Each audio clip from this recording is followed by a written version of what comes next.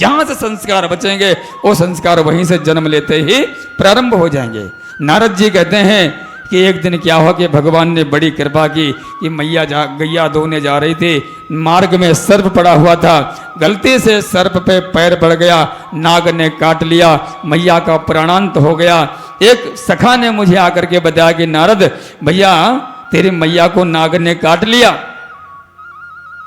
अब मैं अंदर से तो बड़ा खुश हुआ, मैंने जो है भगवान का अनुग्रह मान करके भगवान पे की कृपा समझी, अंदर से तो मैं खुश हुआ, लेकिन मैंने कहा अगर मैं खुश होऊंगा तो संसार के लोग कहेंगे मैया मैंने खुशी मना रहा। बाहर से मैंने रोने की सी दशा बनाई, मैया का संस्कार किया और संस्कार करके मैं सीधे उत्तर दिशा की तरफ चला गया जहां पर वो संत महात्मा गए थे। मैं मार्ग में गया, तालाब दिखा, मैंने वहां जल पिया, एक पीपल की छांव में बैठ करके मैं विश्राम करने लगा और विश्राम करते करते मैंने ध्यान लगाया और ध्यान लगा करके जैसे मैं थोड़ी देर बैठा तो क्या लगा कि जैसे ठाकुर जी हमारे हृदय में विराजमान हो गए हों। ठाकुर जी आकर के हृदय में विराजमान हो गए। ऐसी सुंदर सलोनी झांकी मैंने देखा और जैसे मेरे हृदय में झांकी आई तो मैं तो अंदर से प्रफुल्लित हो गया, वाह मेरे तो हृदय में परमात्मा विराजमान हो गए, मैं सिद्ध हो गया, मैं उच्च कोटि का संत बन गया, मुझे तो भगवान ने दर्शन दे दिए। और जैसे ऐसे मैंने मन में अहंकार जागृत हुआ कि एक क्षण के बाद वो झांकी अंतर ध्यान हो गई। जैसे हृदय में परमात्मा आए थे, परमात्मा अंतर ध्यान हो गए। मैं छटपटाने लगा और जैसे छटपटाया कि मैं अब तो रहा नहीं जाएगा तो आकाशवाणी हो गई, अरे बेटा नारद, अरे नारद बेटा अभी तुम जो है परिपक्व नहीं हुए हो, अभी परिपक्व हो, ये तुम परिपक्व हो जाओगे तब तुम्हें मेरा दर्शन होगा।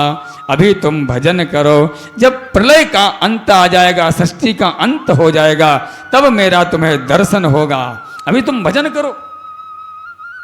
नारद जी ने कहा भी जब हम परिपक्व नहीं थे तो मुझे दर्शन ही क्यों दिया तुमने?